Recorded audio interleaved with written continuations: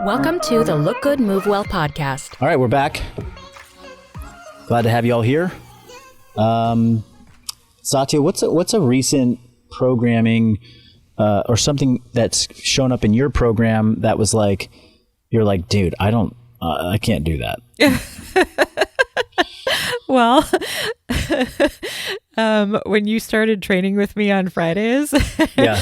and the first day of that, we were working on this superset of a muscle up complex directly into super heavy snatch pulls. Yeah. And the official program says rest as needed, but I was not getting enough needed rest. Oh, you got it.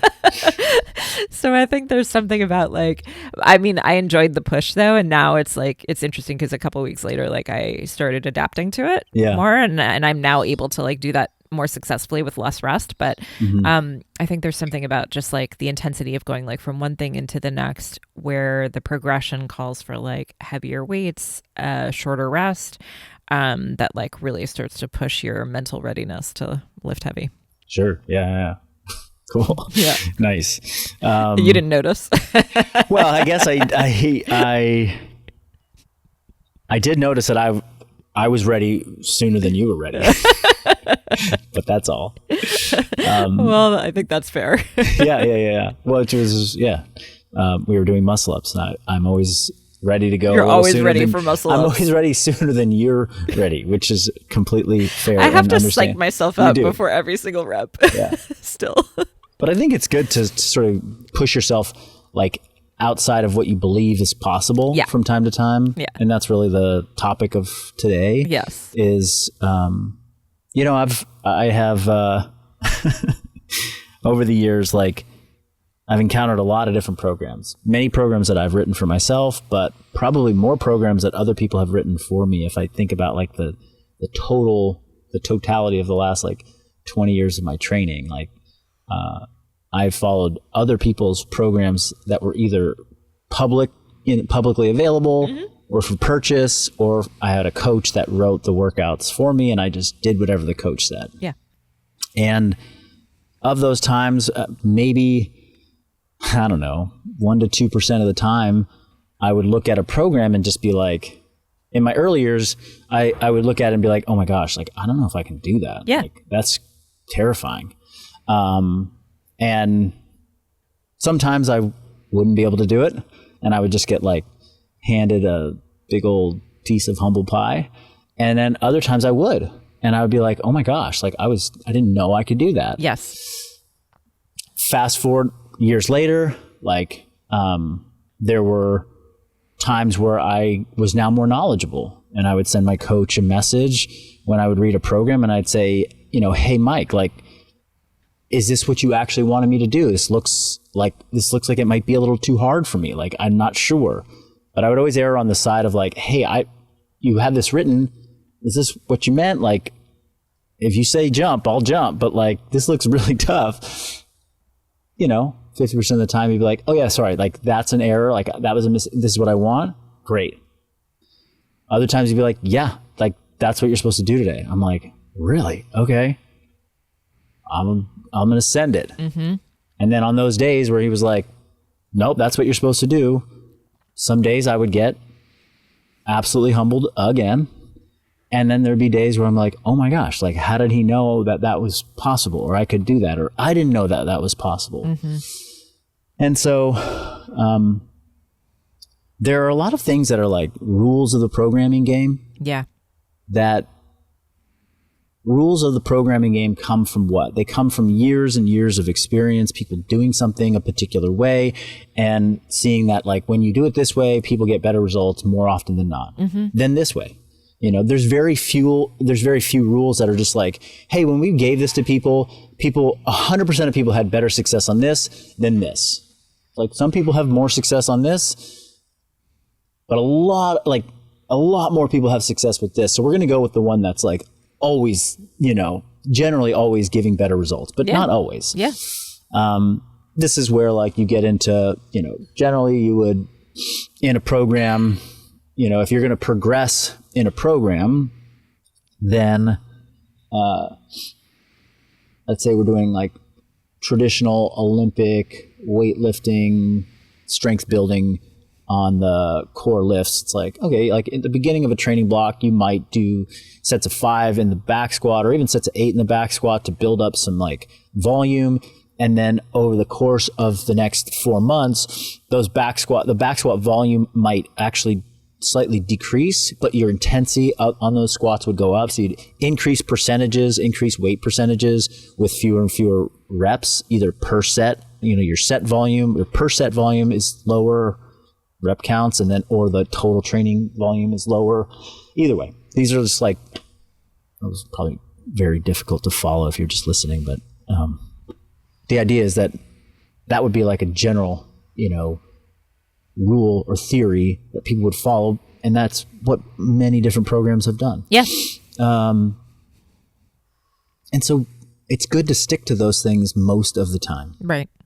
Almost always. But I would argue that just sticking to that and never veering from it and never trying a different, method is a great way to like stay either stuck or never really explore what is possible. Maybe another good example is like, hey, arguably based upon like evidence-based training or something like that, not supersets, but pyramid sets, or, excessive drop sets are unnecessary. If you just do 8 hard reps of an exercise for 3 really hard sets at high intensity level, you get as much strength, if not more strength and muscle growth than people who do like, I'll do 10 reps at the 10 pound, I'll do 10 at 20, I'll do 10 at 30, I'll do 10 at 40, I'll do 10 at 50, and then I'll go back 40, 30, 20, 10. Like this kind of like classic Arnold Schwarzenegger, like run the rack of all the dumbbells, do the bicep curls or do the shoulder presses. It's like, oh, you don't need that. Like we actually learn through evidence-based training that was extra. So does that mean we should never do another pyramid, run the rack of dumbbells again, and that's not good training? It's like, well, no, it's still worth it sometimes. Should you do it every single day? Probably not.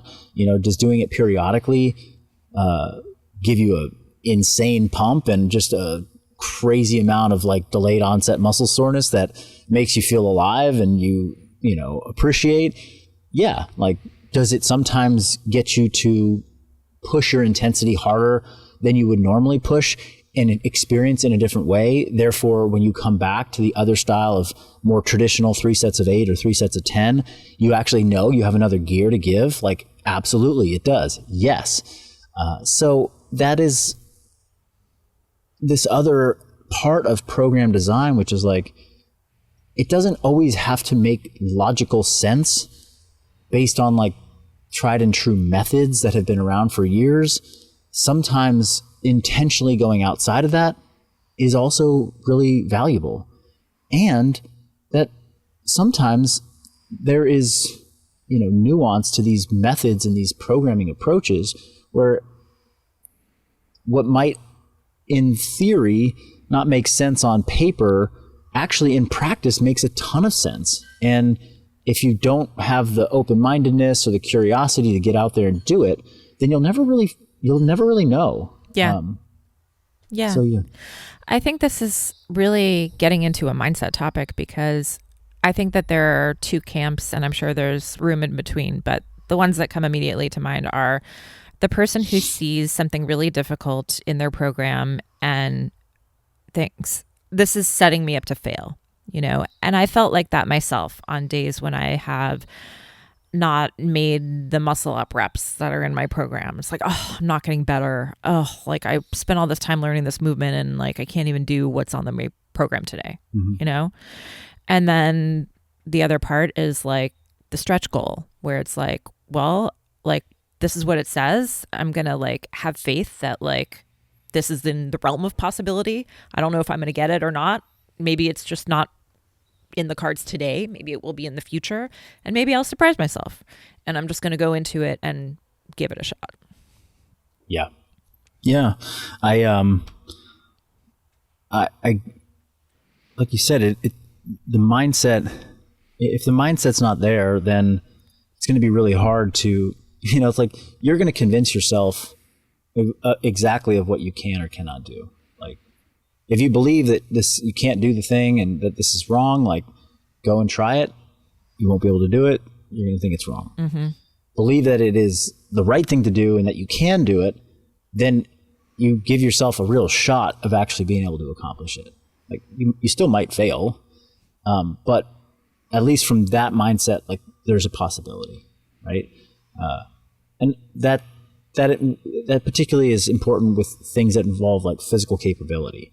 If it's like a game of chance, like I don't think I could ever win the lottery, but there's a chance that I could go pull a lottery number and win and be like, oh my God, like that kind of. But if I'm like, there's no way I'm going to be able to climb this thing, and I just hold that belief that I can't climb the thing, then when it comes time to go and execute a physical task, that mindset is more than likely going to hold me back from being able to have any chance of doing the thing. Yeah. But if I'm like, I can climb this freaking rope, I'm going to get to the top of this rope. And like, I get about a foot away and like, I physically just give out my arms, just like I lose all grip and I slide down the rope. Like, oh, I at least got close. Yeah. Because I had to have that belief that I could do it. Yeah. And so that's, it's like, and that's probably, a good part about programming is like when you follow a program or you follow, something, you have to have some belief in what you're following. Like we want to create enough buy-in that you're like, okay, like I believe I can do this. Like I trust that this is something that was intentional and that, was designed in a way that's going to challenge me to be more, to be successful. It doesn't necessarily mean like you have to be able to do every single thing in a training program for it to make sense and to have intention behind it. It's that every single thing in the training program is really thoughtfully put together to get you to become better and to stretch yourself both physically and mentally and in some cases emotionally. And sometimes that means failing. Sometimes that means putting you in a position where it's like, hey, you might not get this set of 10, but go into it with at least enough belief in yourself that you can give it a real try and not hold yourself back mentally. Yeah. Yeah. And it's just sort of like, do you subscribe to the belief that like your workout should always make you feel successful and comfortable? Yeah. It's like, well, the gym is not a comfortable place. I'm sorry. Right. Yeah. I mean, granted, like I also think that, depending on how you look at training, like I'm thinking about some clients that come in, like, if they don't hit the last rep on a exercise, they're just like, oh, it was hard. There's no, it doesn't define anything about who they are. Yeah. Like they just don't even have a sense of personal identity caught up in like their athletic performance. Whereas other people do. And I have at times for sure been like, dude, I didn't get that rep. Like I suck. I can't do this. Right. Like, I'm terrible. But I also know that in those instances, like on the days where I've not been able to do something that was expected of me or that I should have been able to do, like those have been the biggest motivating days for me. Totally. Ever. Totally. I was more motivated to get better at muscle ups from failing muscle ups in the finals of a regional competition than I ever was like coming in and, having my coach always program. Like that was actually an interesting thing. It's like I was kind of a cool story here is that, we had this event at regionals for CrossFit, the CrossFit Games, a team event in 2012. And the final event was this chipper that was pretty difficult. And you went in male, female partners. So me and my partner get to do a bunch of wall balls at the beginning. But while you were doing wall balls, your partner had to hold an isometric chin up. That your chin had to be over the pull-up bar while somebody was doing wall balls. Yeah. And if they dropped, as soon as they dropped down, you couldn't count more wall balls. So it's like, So we did those. And then the next part of it was like, I forget, it might have just been the wall balls, or then maybe we had to like jump on a box or something, but then you had to pick up your friend, carry him across the field while you were holding on to a 100-pound dumbbell. So you had to have a 100-pound dumbbell with a friend on your back. And my friend was 240 pounds and I was 185 pounds. So, you know, I had to carry a bigger friend. And then it was like burpees and jumping. And then when you're all done, each teammate had to get up and perform one muscle up.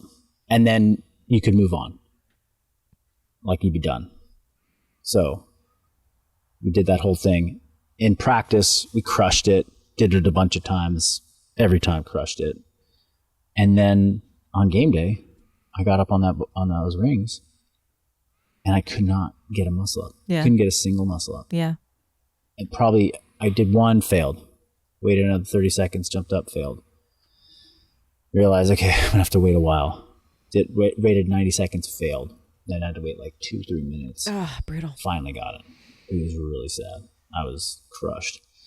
And because I did so poorly, like we didn't qualify for the CrossFit Games. Like, I mean, obviously it's the whole weekend, but we needed to get like top 3 in that last event. We were on pace to do it. Yeah. And then my muscle up just kind of kept us. Meanwhile, my 240 pound, like bad at gymnastics teammate got up and busted it out real quick, like no problem. It's like, damn. So, number one, the one thing is that motivated me more than anything ever has to get better at muscle ups. Like, never missed a muscle up like that again. Yeah. But more importantly than that was that year in preparation. Every time we did the simulation of it and every time I practiced it, I always put it in like the most like perfect setup. Like I had my rings at the gym that I liked. Yes. I had like the this is the way that I do it. And like, I have to step up on this box. Yes. And, you know, I had all my conditions were perfect so that I could like be successful. And I think that's kind of like my closing thought here is like, if the conditions have to be perfect and like comfortable for you to like get in there and get after it and like feel like you can be successful, then you might be like, then there's opportunity for you to grow. Yeah. It's like sometimes like the reps aren't perfect. Like you don't have the exact barbell that you wanted to use. Like maybe the rep scheme, like you would prefer that it would say, you know, 10, 8, 6 instead of like 6, 8, and then 10 at the end. It's like, how am I supposed to get 2 more reps at the end of this progression? It's like, I don't know. Go find out. You know, go try it. Like maybe you don't get 10, but maybe you got 9 and you're like, oh my gosh, like how did I get 9? Like I didn't think I could get 9. Or, you know, maybe you get 10 on one of the sets, but the other ones you only get 8. It's like, or maybe you just don't get anywhere close and you completely fail. It's like, and maybe you're like, dang, maybe I could get better at this. Yeah. So, and I didn't walk away from that being like, I can crush these. Like they set the rings up wrong. Like right. This is obviously like bad programming here. And like, there's no way that this could set me up to fail. Yeah. This thing set me up to fail. It's like, maybe that was the point. It's like, oh, actually it was. I'm pretty sure that Dave Castro wanted us to fail. So now it's like, okay, how do I do this better next time? Yeah. Yeah. Love that. Anyhow, final thoughts? No. Go get after it. Do something hard this week. Yeah, this is another ultra short, to the point podcast, and I hope you can walk away from it saying that you know, at the end of the day, you coming in with a mindset of I'm going to really push myself, challenge myself, and when the circumstances are right, take risks in my training. Yep. That's how we get better and we grow, and we, you know, not just grow as physical athletes, but as mental athletes too. And we can build strong mindset. Yeah. And when you succeed, it is extra motivating. It sure is. Yep. All right. See you next time. See ya.